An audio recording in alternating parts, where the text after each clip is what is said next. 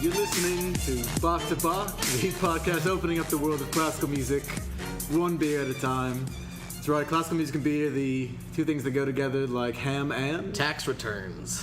They go together great. You've never tried it? No. It's like you do a tax return. I pay someone to do my tax returns. Do you give them I've ham? never... No. And if so, is it like a fully cooked ham? We are in the tap room.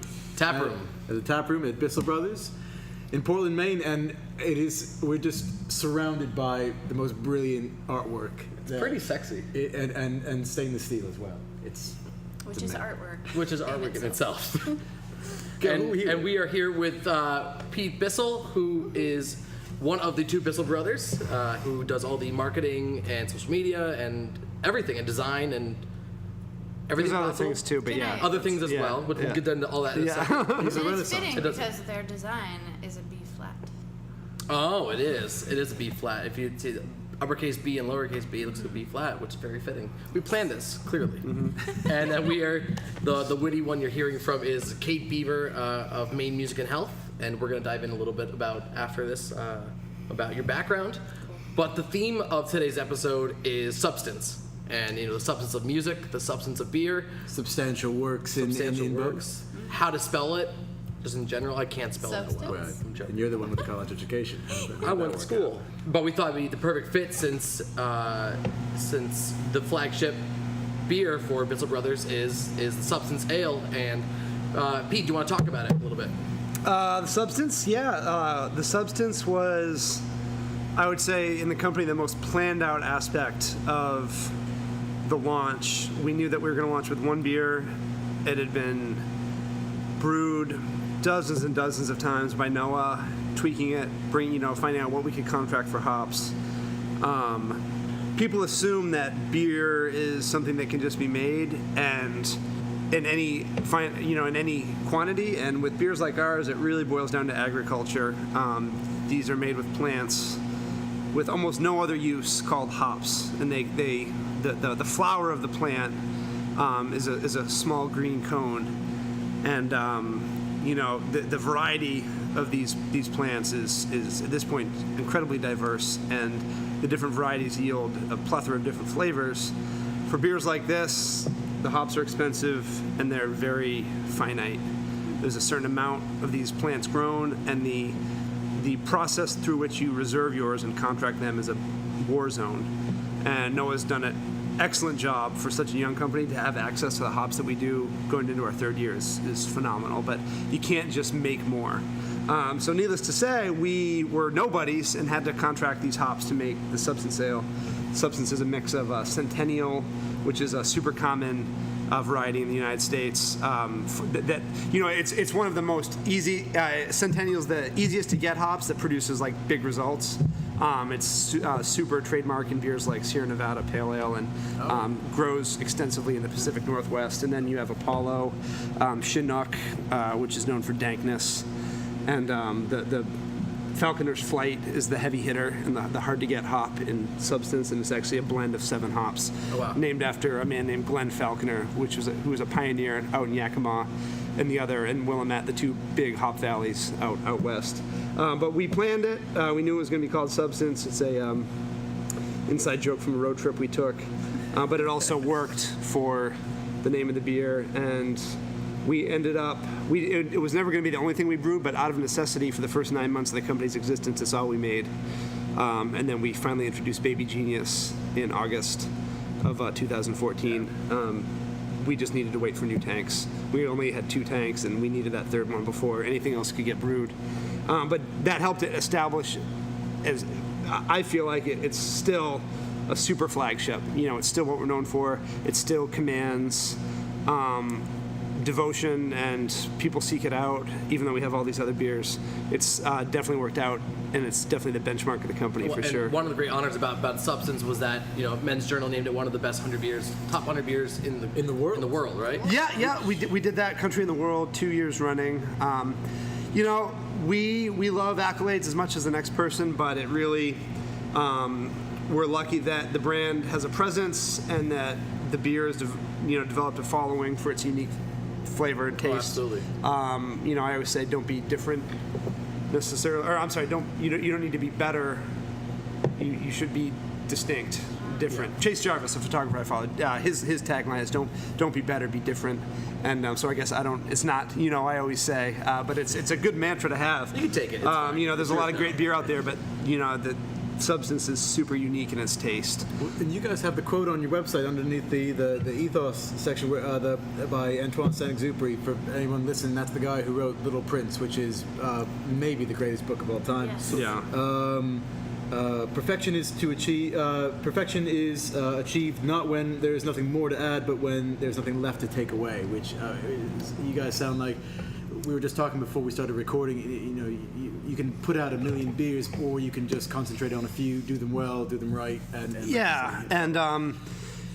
can was a big part of it. The simplicity in the design. We deliberately go against a lot of marketing moves so fast now that so many of the pieces of advice you see are so old school. Like, according to the books or to the establishment, you could never have a brand without a typeface, for beer, but we deliberately just showcase the logo, the mark whenever we can. Right. If people don't understand it, we don't care. We're putting it out there for the people that do and letting it be a statement. It's a very, it looks loud and kind of intense in here, but it's the structure in which we run the business is very streamlined and simple. We distribute our own beer. We do everything in-house. We only contract out when we absolutely have to. Yeah. And, just keeping that simplicity of company structure. And it's like a cult at times, but it's like a family. But it's definitely, it reflects the brewery and it reflects the brand. Yep. We were talking about earlier, there's a line outside every morning waiting for it to open up, and we'd like to think that we've cultivated a nice local following of repeat customers. And again, it's like what we were saying, some people, the big thing now is, well, it's not a big thing, it's being made into a big thing, but beers like the Substance here and Heady Topper, which we're also drinking here, have a haze to them, and some beer purists are saying, oh, that's poor, you're not making the beer right, it's too, you can't see through it, you should be able to see through, and see there's that little piece of hot matter in there. Well, we don't care, we're serving a set of customers, we're not trying to make everyone like us. And again, we live in a world of infinite choices in almost every category of products now. The internet has drastically shrunken the world. You can get anything you want, so companies need to drive to that edge of, hey, we're serving this group of people. It's not everyone, it's a small niche group. Everyone's I like to think of every company now as a niche company, because the market, we're a small brewery in Portland, Maine, but people know about us all over the world because beer lovers share their interests and their photos online like everything else, and the world becomes much smaller. So we get visitors. We had 2 guys from the People's Republic of China in here yesterday. Yeah, people come from all over because they know it's easier to find your people now. So that's who we're selling to. We have, I love our people. They're awesome, and they support us, and they've allowed us to continue to operate how we want to operate, and that it reciprocates back because they get more out of it and they take more satisfaction from it, and we need them to keep coming here so we can continue to run it the way we want to run it, and so on and so on. So, but it all started with the Substance, a wing and a prayer, terrifying. To launch a product. You don't know. What's that? When was that? That we went live on December 7th in 2013. Cool. After about 2 years of planning. The last year, 2013 this is my life. And it all started with Noah homebrewing, right? Yeah, yep. Took a big liking to beer while he was in college at UMaine, Farmington. I was running my photo business down here. Of Farmington. Yeah. Well, it's funny. The apartment he lived in is the stuff of legend now, because his roommate Jeff is a marijuana farmer, or was a marijuana farmer there, and again took it very seriously, and that's a whole other thing. But there's going to be millions to be made when that door gets blown open in the state. So he had all these tents and grow lights and everything, and again, very, very dedicated horticulturalist. And Noah was brewing on the back deck all the time. And so the new rules going forward, and the landlady found out, and she didn't care, but she set precedent. So now that house on High Street any because it's all college kids that come in and out, and the explicit rules are you can't brew or grow there. So it's like it's always like the house where it all started. No pets, no growing or brewing. Yeah. So the house that it all started in At is least like 3 stuff of legend. Just put it in the middle there. Farmington. Yeah. That's incredible, though. And if you haven't had the chance to be at the brewery, please come out. You guys are open Wednesday through Saturday, 12 to 6. 12 to 6. And definitely come out and try the substance. But the other part of this, we are talking about the substance of classical music. And as a cellist, I'm a dire lover of string quartets. It's always been, whether it's rock or whether it's classical. Playing in a string quartet is one of the coolest things there is. It's such a satisfying feeling. It's intimate as a group, but it's also just, you can create so much sound with 4 people. And when starting in high school, I heard Schubert's Death and the Maiden. Franz Schubert, his name was. And no one's named Franz anymore. Franz. I think SNL ended that with the Hans and Franz, and that was they probably put. Anyway, the Death and the Maiden. It's basically one of the most badass string quartets because it just starts off in your face, and it has these little later moments and relax, and then it just intensifies again. But I think it's one of the most.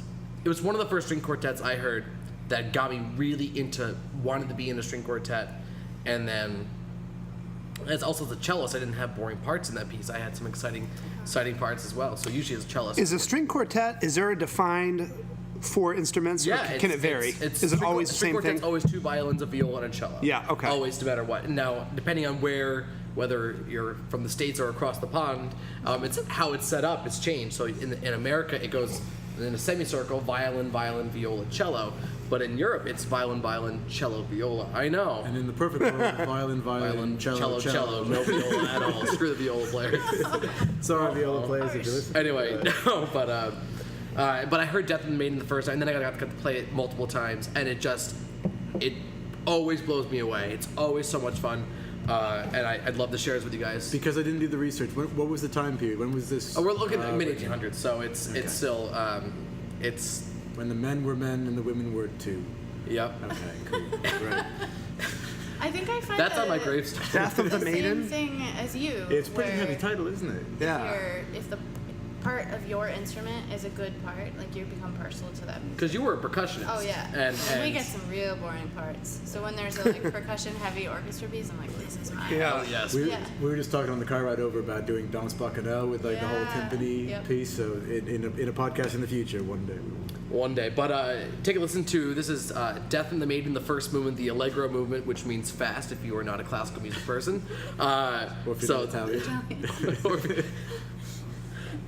No. If you don't drive an old Trans Am and have a gold chain around your neck. Yay. Anyway, take a listen to the first movement of Death and the Maiden by Franz Schubert.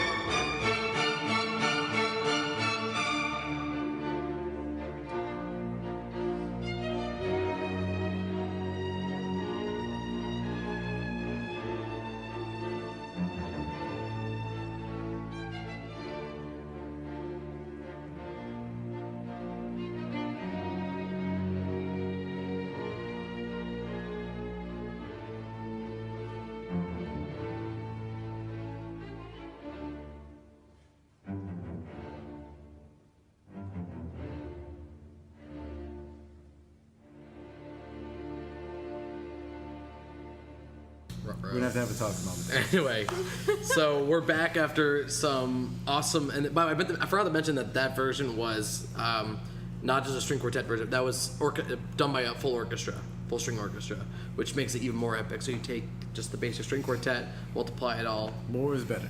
More is better.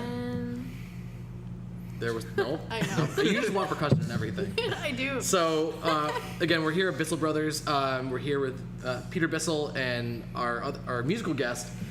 Musical guest. She'll be singing the rest, everything else from here on out. Kate Beever, who is the founder of Maine Music and Health. Yes. Kate, you got your degree in your master's in psychotherapy from Yes. music psychotherapy. You have a lot of letters after your name. We looked I this do. up online. Yeah. This is very cool. It's like an Oh, what are your like call signs? My call signs? PhD? No, someday. Right now it's MA MTBC, so it looks fancier than. So what does that actually mean? That's awesome. Just pick That's random awesome. letters. I have no No, letters. I have no letters. That's wait. awesome. The MA is the master's, and then MTBC is the board certification, and then I also have the neurologic music therapy certificate, but I usually don't write that because there's some debate in my own head about whether neurologic music therapy is really the be-all, end-all of the field, and some people think it is, but I think it's good to look at each client and decide which trainings you've had work for them and go with that. That makes sense. So you got your master's at NYU, and then you wanted to bring up your skills back to Maine. Yes. And do music therapy in Maine, which really didn't fully exist. No, it hardly existed This at this all. is I'd fascinating. say. Just an aside, Kate spoke. I think you had said that we might have met prior. I can't recall, but remember. I met A Kate. month or two back? It was like a month ago. Yeah, there was a talk here, and Kate was one of the speakers, and really fascinating stuff. This is just right up my alley. So yeah. Yeah, my professional goal, I mean, obviously, is to do the work of music therapy. That's what got me interested in it in the first place. But also to see the field grow in Maine because it didn't really exist. There were 3 music therapists in Maine before I moved here, and 2 of them actually moved away. They sort of gave up and left. And then the other one that's still here is in Surrey, which is 4 hours north of here. Right. So there was no one in southern Maine doing music therapy. And so it took a lot of education and like giving talks and speeches all over the state to sort of grow the possibility for myself. And I actually worked as paralegal for a year while I was starting the business. So I would leave on my lunch break and go and do a music therapy session and my gosh. work on Saturdays until I felt like I had grown the And when did you concept officially establish Maine Music and Health? 2010. Okay. And then so full time I started doing it in 2011. Awesome. So it's only been about 4 years. you've done so much as far as like developing and Yeah. you know, as a music therapist, have there been patients with cancer or autism or any disabilities? Like, is there a specific style of music, or is it the physical playing of an instrument? Is it or the act of singing? What is it that that heals the best? It's kind of both, and it's actually true if you do some research into neuroplasticity. Like when you're engaging in music, whether you're listening to it or talking about it or playing it or moving to it, you are firing off neurons in more parts of your brain than if you're just talking or walking without music. So it motivates you because it's also engaging the memory centers and centers of emotion in your brain. Right. So if you're working on speech, like you're working on the speech center of the brain, but all that memory that comes up with music sort of motivates you to participate in your own care, is how we say it. So people that wouldn't want to just do regular therapy are often more interested in participating in music. And how much? Sorry, let's go ahead. No, I was just saying, what's the spectrum of conditions you've treated from one end to the other? I know Alzheimer's. I first read about music therapy with Alzheimer's as far as, you know, as the brain degrading, the older memories come out, so bringing music from their childhood. Exactly. But what have you That's seen? a big one. I also have colleagues that work strictly with kids with autism in early intervention and even older kids with autism. But my specialty areas are actually adult issues with cancer, developmental disabilities, and brain injury. Right. And then I also work a lot with teenagers who are at risk, either teen moms or teenagers in the adoption system, or just teens who are at risk of dropping out of school. And how do you convince them like to say like this is the avenue to go to help you? Yeah, well, it doesn't take much convincing actually. Really? Once people see it, they see it very quickly. They see what's working, and they're usually sold right away, which is a nice thing. It's just the getting over the hump of showing people. So I've tried to start making a lot more videos when possible, Sure. which is tough because of privacy issues.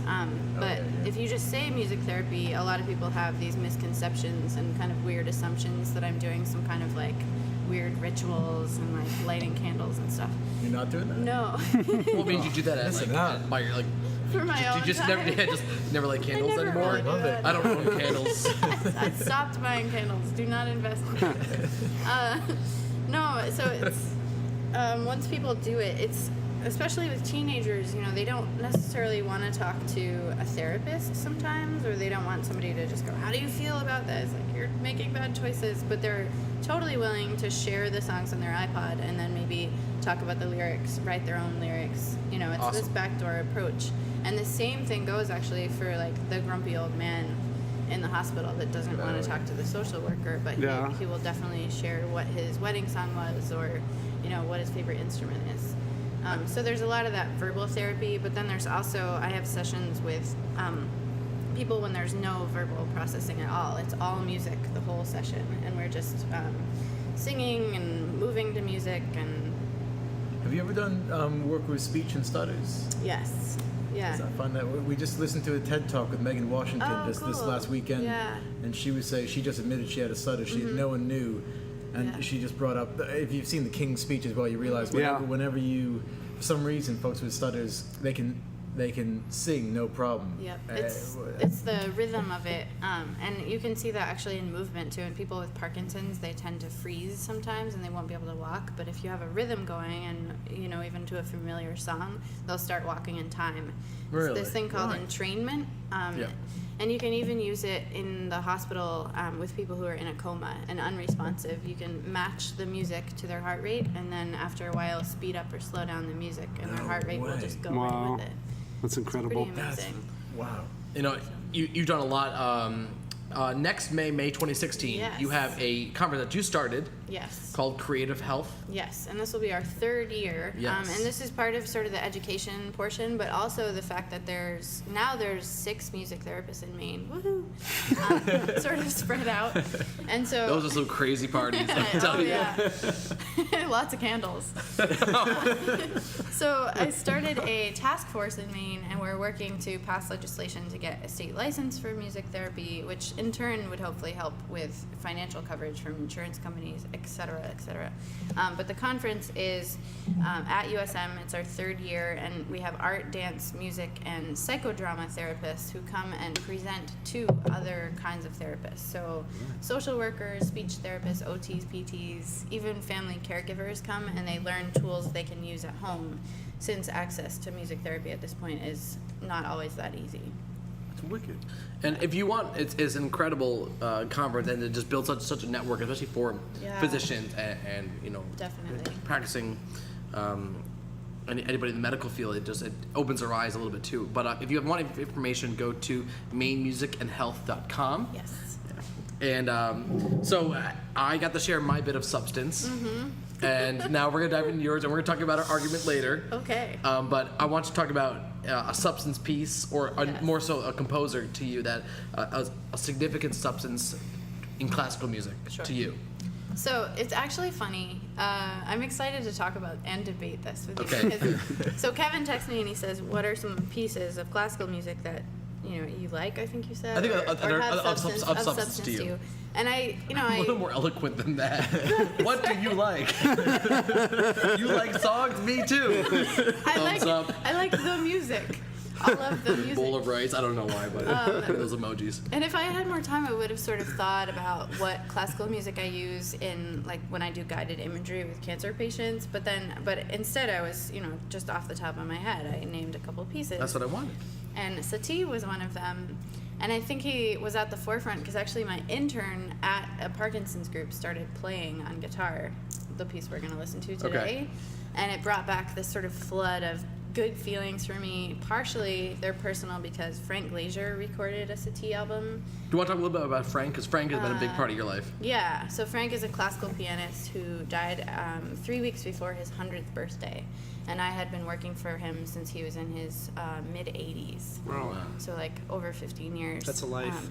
Yeah. Awesome life. Damn. Such an awesome life. So even at 99, he was still touring and giving concerts and lectures. And Frank is an incredible, just person all around. Just. This was a Maine man? Maine man. Yeah. kidding. Well, yeah. Or this was like locally you were doing Yes. this? Yes. Yeah. Very He cool. lives in Maine for the last, I think, 25 years of his life, maybe longer. I should not say facts. That's right. He lived in Maine. He lived in Maine. And when I was in high school, I studied French from 3rd grade on up, and I loved just like French culture and the language and everything. And I wrote, I was supposed to do a video presentation in high school, like giving a talk on a French topic in French. And I chose Satie because I was also a classical musician back then. And Frank was like, oh, I have a record, and he gave me this vinyl album of him playing the music.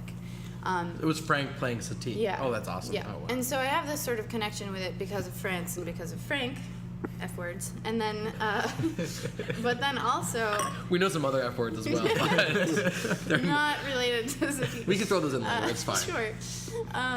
And then I started thinking when you said substance, I realized that this piece especially there's not a lot of substance to it. As far as like throwing sounds at you, and there's actually no percussion because it's classical piano. And I realized that in a way that actually relates to music therapy, because one of the big differences I had to sort of get over in transitioning from being a performer and a musician to a music therapist, which is a transition I make every morning and night. Sort of like a superhero coat, I guess. A coat or a cape? Because I mean, Ooh, a cape. I think if you're gonna do a superhero, you're not gonna do a Oh, coat. if anyone that's a very, out there that's a very in little- Westland wants to make me a cape. Just side tangent, I worked with a girl named Becky who she called herself an everyday superhero, and all of her clothing had small snap buttons on the shoulders. for a cape.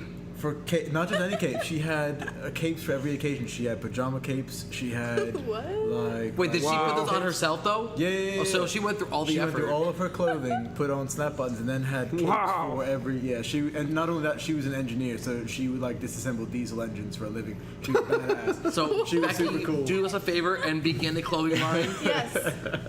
called Make So, I did- sorry. occupation specific. Snap cape. Cape. Yeah. That was a tangent. Sorry, you can get it on Oh, Amazon. I love it. A cape. Coming up now. A Kate cape. That's what I Kid need. cape. So anyway, Yes. I was thinking in music therapy work, the big difference is you're not like you have to sort of shed your ego. You're not throwing music out there for people to enjoy. You're creating something in the moment that matches what the client needs, and sometimes that's really minimalist, just like little pieces of sound that might help bring them down or bring them up. So this piece, and I know you have a debate about We'll talk about it after we listen to Oh, it, but okay. Great. so the proper pronunciation is French. The American feel- sense is gymnopedie, but it's Yeah, I think it's. I don't know. Do you know? You, live you in speak France. French. Well, how is it spelled? Let me- GY The and part like that's gym. confusing me is the EDIES at the end because I'm not completely sure. I think it's singular. No. I believe so. If there's an ES at the end. So it's gym. plural. Oh, May I see GY. it? Yes, just take it and look. Wait. Gymnopedie. Gymnopédie. But there's also an accent. Gymnopédie. Okay, well, I don't know how to do that on a phone. Anyway. I'm For not all that the French people advanced. listening, we apologize for the pronunciation. Maybe or you the can call mispronunciation. in. But this is Gymnopédie. Is that close? Sure. Close enough. Close That's enough. quite good. Number one, his first one, by Eric Satie, Eric with a K, and then Satie SATIE. Oui. Which for the longest C'est time I bon. thought I can. Le singe sur la branche. I mean, the monkey's on the branch. Anyway, on that note, take a listen to Eric Satie's Gymnopédie number one.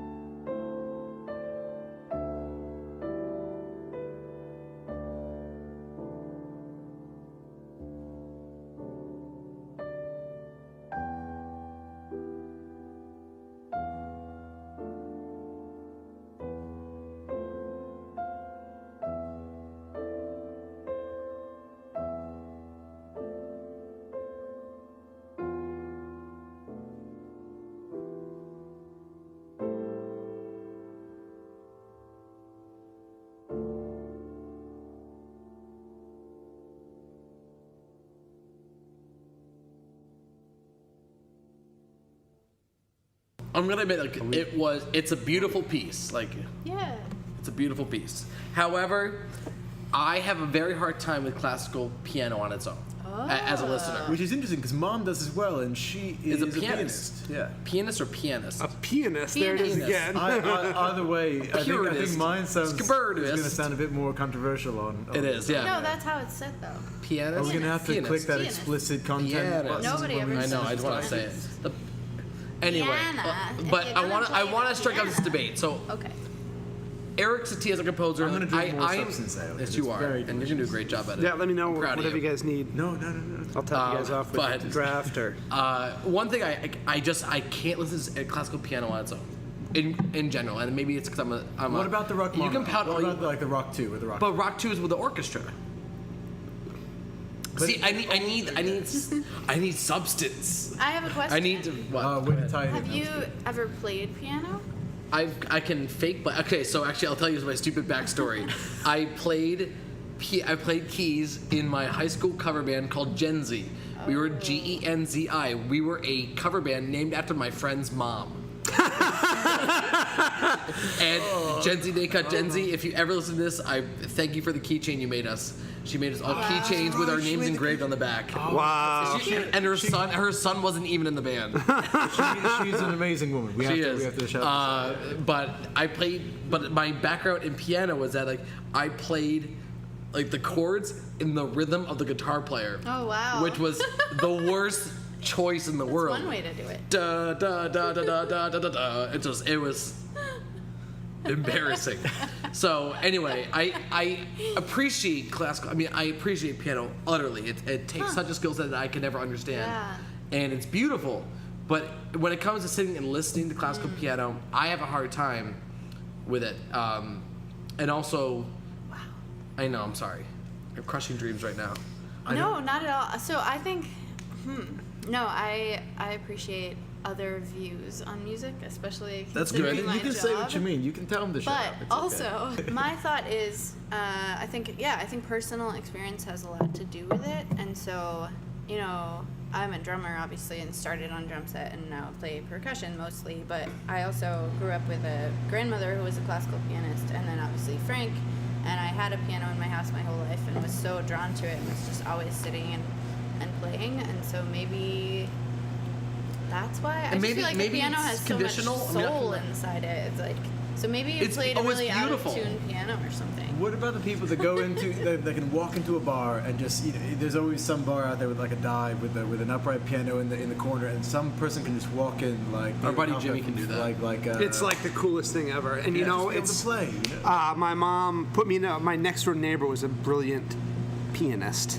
Nailed it. Growing up, and my mom tried to get me to take lessons through her, and I got through like the basic songs, and I was like, forget this. I'm lucky enough that I did, you know, I can read music, and I did play music through, you know, 5th grade on, but it was a different, you know, it's bass guitar, and you know, the jazz combos and pep band and all that stuff, and which phenomenal time. And I don't play a lot now, but I can still read music, and it is like another language. So I'm lucky that I have that with relation to what we're talking about. But like, man, I am so. That's one of the greatest regrets of my life was that I didn't continue to. Because that is the coolest thing. Just to be able to sit down and tickle some ivories is fucking awesome. I love that term. I wish I could. Yeah. Tickle the ivory. It's one of my favorite terms in the world. I just wish I had that skill, I can fake my way. Like I can play chords. I can't ever play a left hand and a right hand thing at the same time. It's just not an option for me. But if you can be that guy that comes in and just plays the Maple Leaf Rag or something like that, even something as cliche. Oh, it's as awesome. It's And the piano too, like, you know, you can play any piece of music. Anything. It's literally like the lexicon of all music. Yeah. All these scale or all these octaves right in front of you. You can play anything. I think it's a good And way that's to what's- learn. yeah, So yeah. that theory is sort of laid out in front of you in a very easy. I it's fully true, it's true. appreciate and I love it, and I love, especially I love piano in collaboration with other instruments. I mean, I love. So what about if this piece were played for string quartet? Is it just the instrument? You don't like? I actually think it's the solo piano, and I don't. It's nothing against it. I don't think I ever connected with it. Yeah. Like I mean, I guess as you connected as you know through piano, I connected as a string player with the string pieces. I mean, but I love sonatas. I love cello piano sonatas. I love hearing. We talked earlier about Rachmaninoff too, but backed by the orchestra. And Rachmaninoff, just when it comes to piano, is the greatest thing. Yeah. Some of my favorite music. The Iguzman and Jew. Yeah. Do you know the comedy duo? Yeah. If you got Iguzman and Jew, there is this J-O-O, not J-E-W. It's weird. That's a whole different thing. But they have this comedy duo. But one of their things is Rachmaninoff has big hands. That's what it's called. Yeah. And basically, they're playing these pieces. And so they can't reach the stretches of the fingers, so they have these wooden blocks of wood, and you press down the keys, you toss it back, the next guy hits a new next block of wood that has, like, you press it down, and it hits the keys at the right place. He had a massive. He was massive. Yeah. Like a tenth or something. It was, Anyway, you, so you found I found this remix. Wow. Remix to ignition. Thanks for the support. Oh, not that kind of remix? Nope. Okay. rudimental. So I found this. Yeah. Oh goodness, we're going in the deep end here. So I found this remix of the same piece we just heard. Beer is really good. By a girl Deep House, and Mula was involved, and it's it got me. It took this same melody and key concept and almost that same feel, and made it in a much more, I guess, commercial sense. Huh. Okay. To be able to listen to it in a different facet. Does Sati know about this? Not yet. He's dead. He's very dead. He's been dead for a while. At least probably rolling at least right 2 now. years. So check out this remix of the same Eric Satie piece we heard, Je ne Paris. Oui, oui. Oui. Ew. But take a listen. The accent aigu.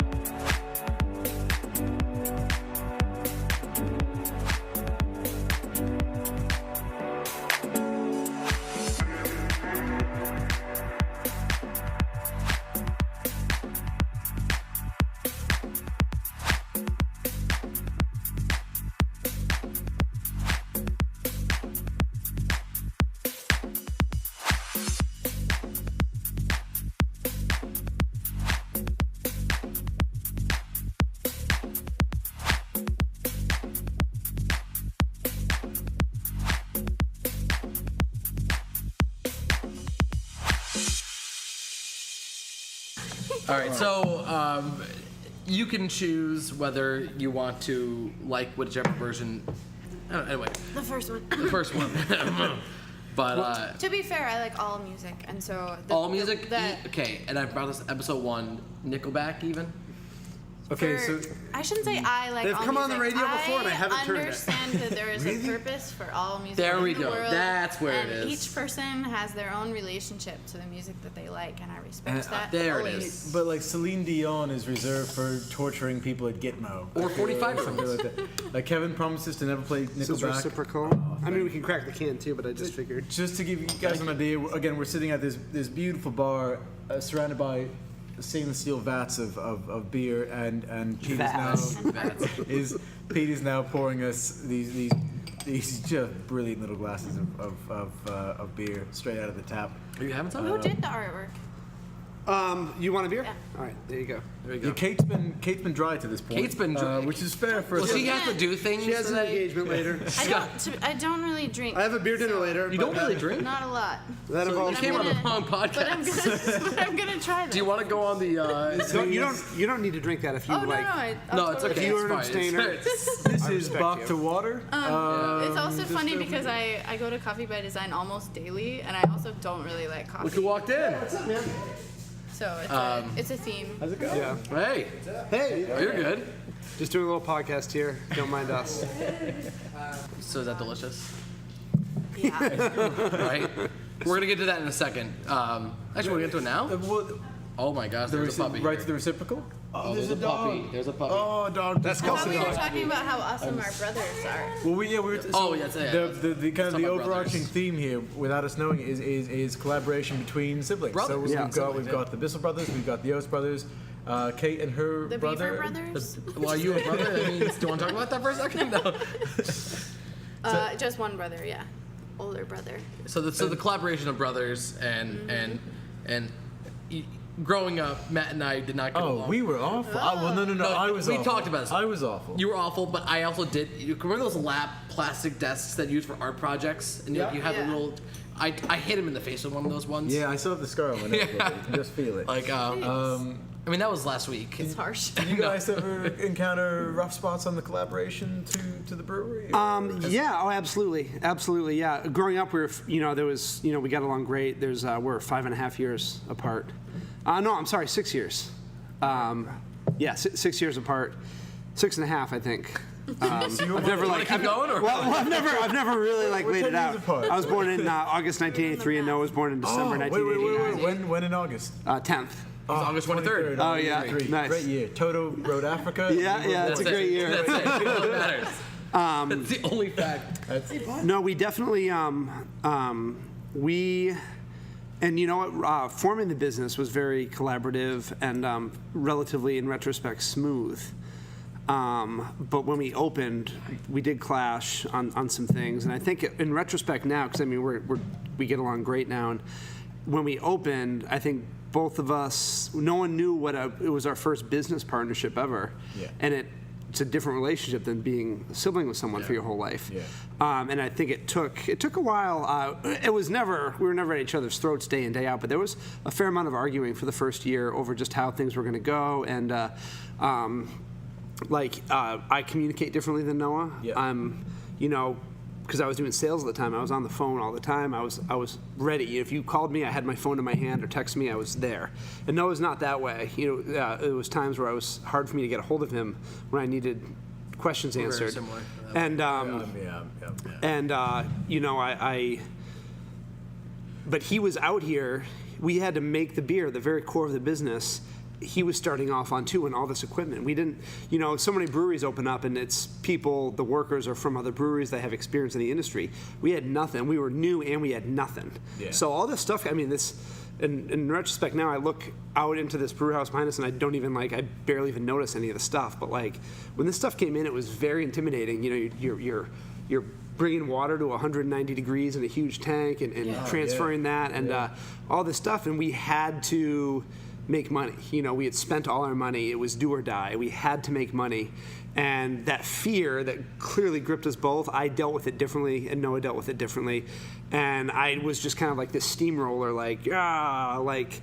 answer my calls, do this and that. Like, what are we doing? I was very intense, and he was just as afraid as I was, but he was just dealing with it differently, and I think that led to a lot of clashes. But again, it's you've been brothers all your life, and you know how to do that.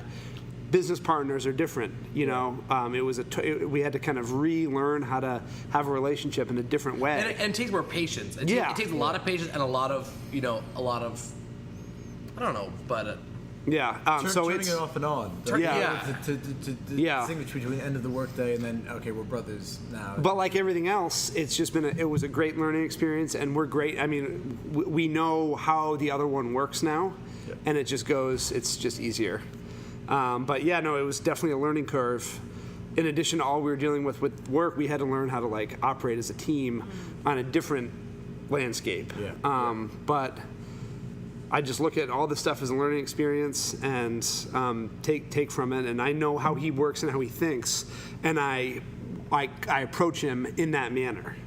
I come to him with stuff in that manner, and he knows how I am too. And I thought being a business partner would mean like every day we're kind of working together and this and that.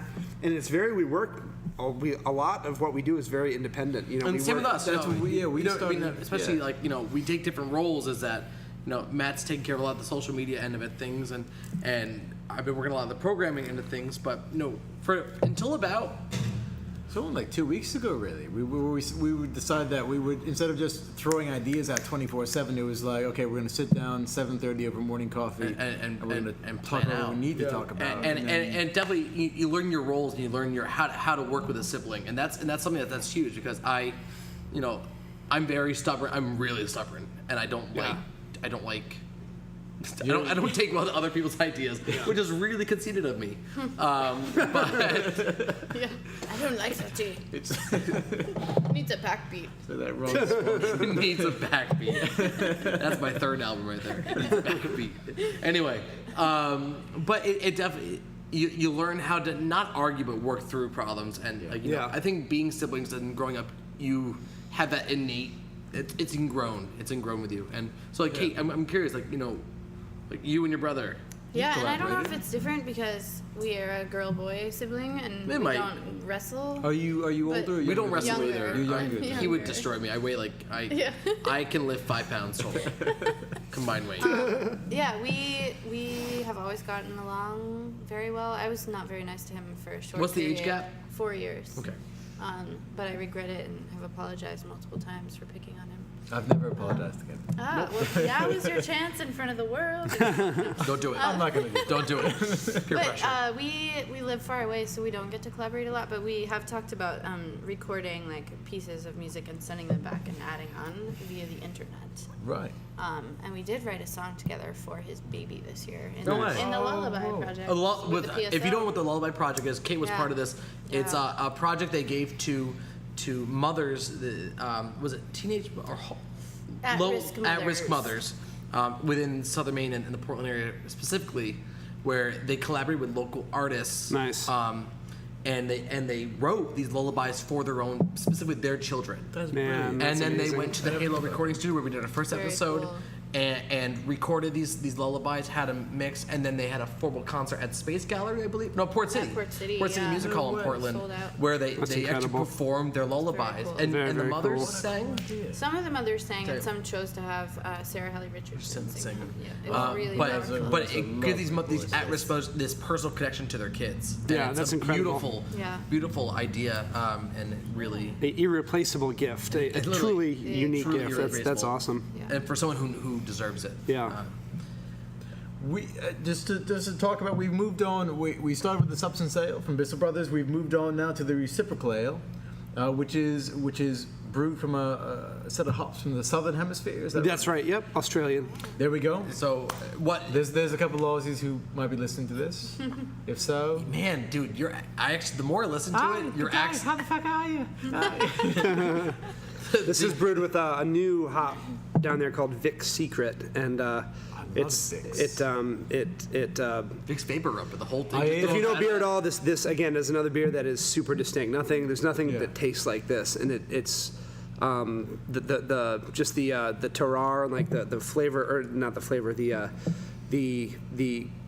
soil biochemistry and the growing conditions are just different for so many different reasons down there, and it manifests itself in these beers that, Ella, which is one of the main hops in Baby Genius, and then this is Vic Secret, Topaz, and Summer. And I want to go back. You mentioned Baby Genius. Was it your own child that was on the logo?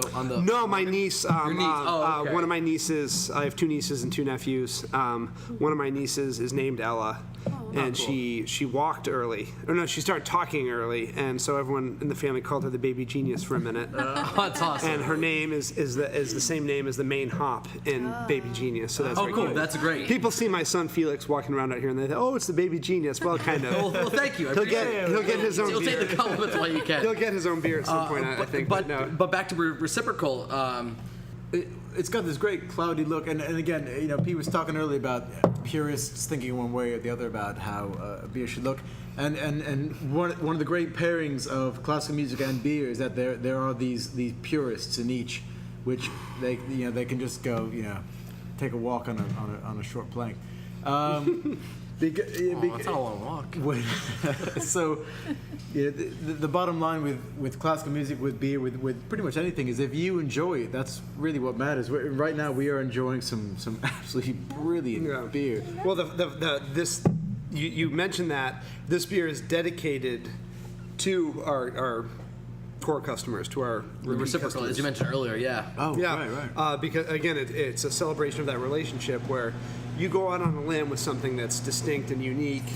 You will get some detractors, you will get some haters, but like, it's almost kind of like a necessary sign. Like if you're doing something and some people aren't pissed off about it, you're not like eliciting that emotional response that you need. Like the worst thing for a beer or for anything to be right now is that someone's ambivalent about it. Yeah. They could take it or leave it. Not anymore. You can't have that. You can't have that. No. People have to care one way or another. Yeah. Oh, so this is a celebration to all the people that again line up every day and speak our praises and spread our gospel. So and the reciprocal is phenomenal. It's a rye IPA. That's Lux. My apologies. Reciprocal's IPA with again just deliberately Southern Hemisphere hops, with Southern Hemisphere hops, which again the harvest is different, so it comes in May as opposed to October for the U.S. hops. Yes. And we're psyched, and we contracted enough that we do one 20-barrel batch of reciprocal every month, so we have it every month. Awesome. Do you have a favorite you've made Ooh, for your own personal question. taste? way to bring that to the table. By the way, there's also a great dog. There's a great dog. Kelsa dog. Leaving its Yeah, Kelsa? yeah, it's my brother's dog, and Hester, our general manager, they just walked in a few minutes ago. We should mention that we kept referring to Noah throughout the podcast. Noah just walked Noah through. is the other Bissell brother in the. Well, again, it's a testament to what I was talking about earlier. We just kind of operate independently. We definitely collaborate on everything we need to, but he didn't know about this. Right. I didn't know he was coming out on a Sunday. No, not open. Sorry, yeah. And yeah, they're a great dog, Kelsa. Really just a great dog. I'm not a pet owner, but just a good dog. Doesn't get into anything. Hangs out here all day. But I would say my favorite, I don't know. I like them all for different reasons. Cool. That's not a good enough answer.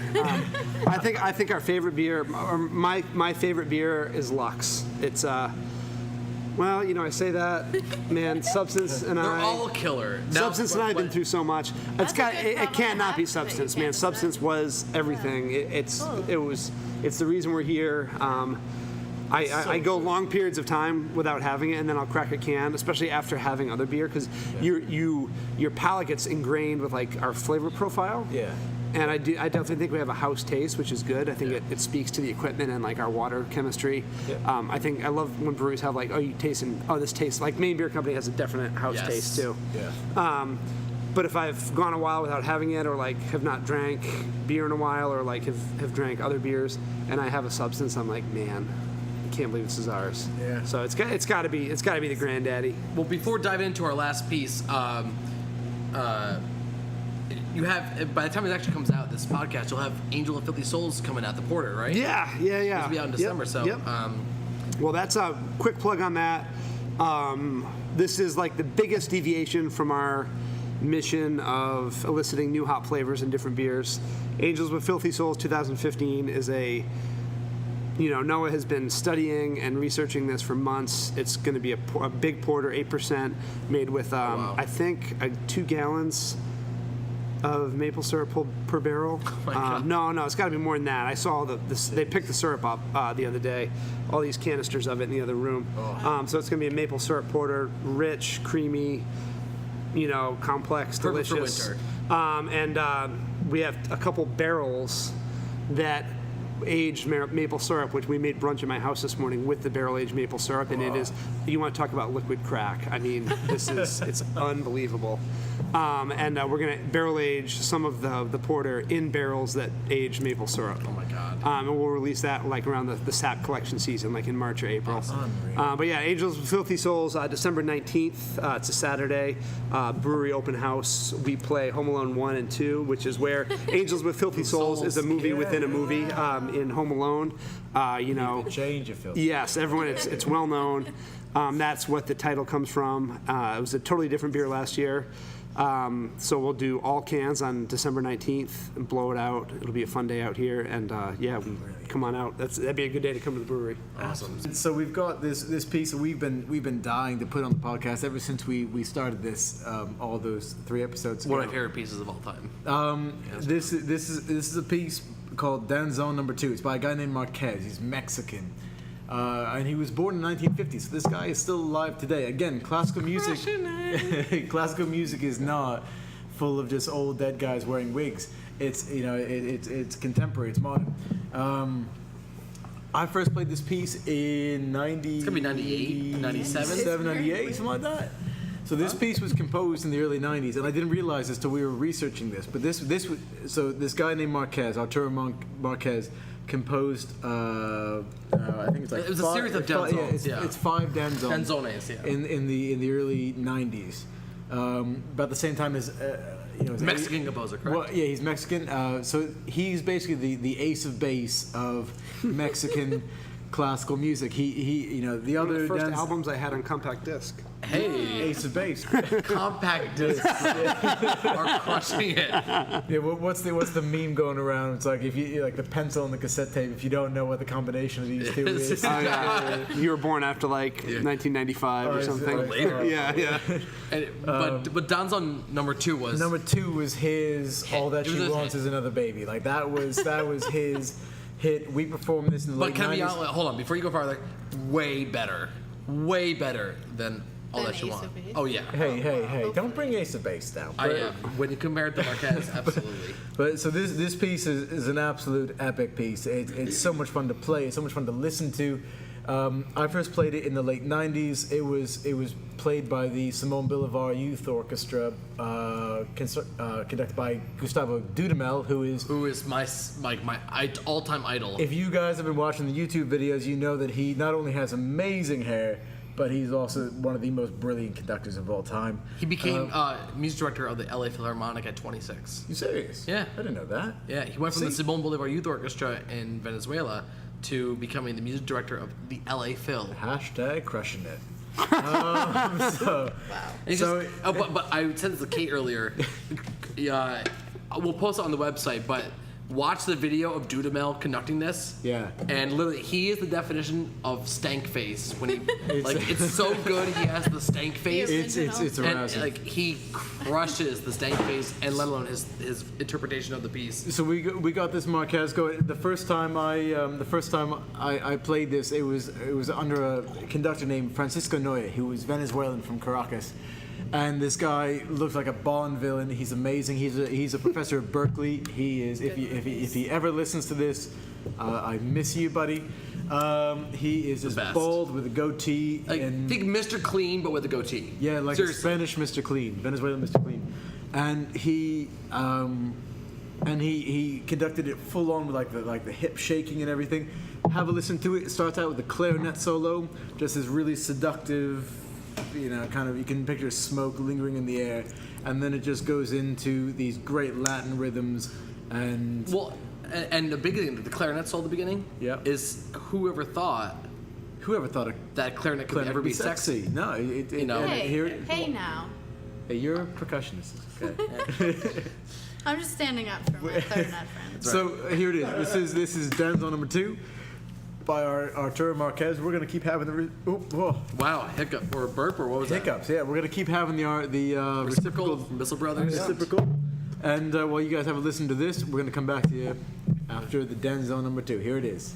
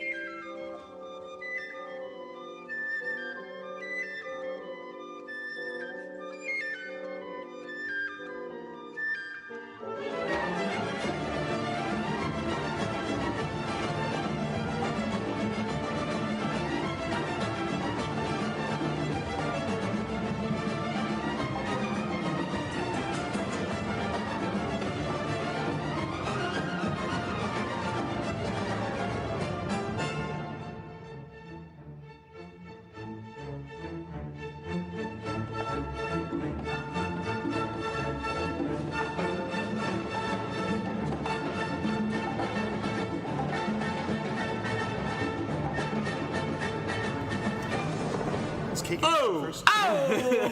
Hey. Hey! What I mean, okay, That's sex. if you don't have like In the form of a tingling, if you don't have tingling in your balls after that piece, then Well, you don't something's wrong. have any. Don't. Oh. Just Or the end of that Can I is retract just. my participation? in Nope. this? Sorry. So we're at the end of the episode, and of course, if you listen to the last two ones, we always have our speed round of questions. First of all, we just recognize the fact that you have now just lost an hour of your life that you can't get back anymore. So Sorry, thank you and for that's a splitting with personal us. decision on your part, and that's your fault. So I hope you're getting sucks to something be done. you. while you- This is the speed round, and this is the first speed round we've done with multiple guests. Yeah, so we're gonna lay down some rules here. We're gonna lay out the question, and then if someone says an answer that you were thinking of, you can't just go, oh yeah, what they were saying. You got to come up with a different one. Okay. So- and this is all gut instinct, which is whatever comes Yep. off the top of your head. Okay. Will Kate answer each one first? No, whoever answers No, first, and it's- whoever it's- answers next. Okay, great. So you as can't say guys- can't say I agree. All right, Okay. the tough questions. All right, I yell out the numbers. Matt asks the question. You yell out your answer. Okay. Just going back to brotherly collaboration. Here we go. Number one. What is the least sexy instrument? Harpsichord. Timpani.